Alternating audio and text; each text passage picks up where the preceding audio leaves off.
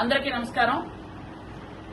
మన పార్వతీపురం మన్యం జిల్లాలో సాలూరు నియోజకవర్గంలో సాలూరు మండలంలో ఒరిస్సాకి మన ఆంధ్రప్రదేశ్కి సరిహద్దు కొన్ని గ్రామాలు ఉన్నాయి. అవి కొటియా గ్రామాలు మీ అందరికి కూడా తెలుసు. అవి దాదాపు 21 గ్రామాలు, 3 పంచాయతీలు, మొత్తం టోటల్ గా గిరిజనులు.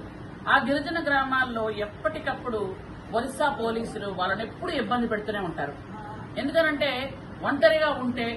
ఒంటరిగా ఎవరైనా గిరిజనులు కనిపిస్తే వెంటనే వాళ్ళు అరెస్ట్ చేయడం, ఒంటరిగా గిరిజనులు కనిపిస్తే వాళ్ళని ఇబ్బంది పెట్టడం, వాళ్ళు బెదిరించడం ప్రతిసారి ఇది అలవాటైపోతుంది.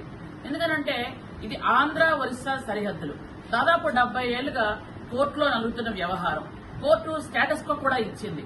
అయినా గాని దీని మీద ఎందుకంత అత్యుత్సాహం చూపిస్తారో ఒరిస్సా పోలీసులు నాకు అర్థం అవడం లేదు.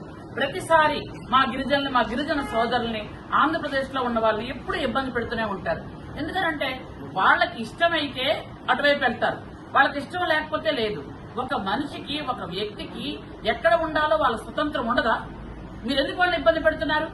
వాళ్ళకున్న స్వతంత్రాన్ని హరించడానికి, వాళ్ళకున్నటువంటి మన ఒక వ్యక్తికి ఉన్నటువంటి రాజ్యాంగంలో ఇచ్చిన హక్కుల్ని కూడా మీరెందుకు కాలరాయాలని చూస్తున్నారు?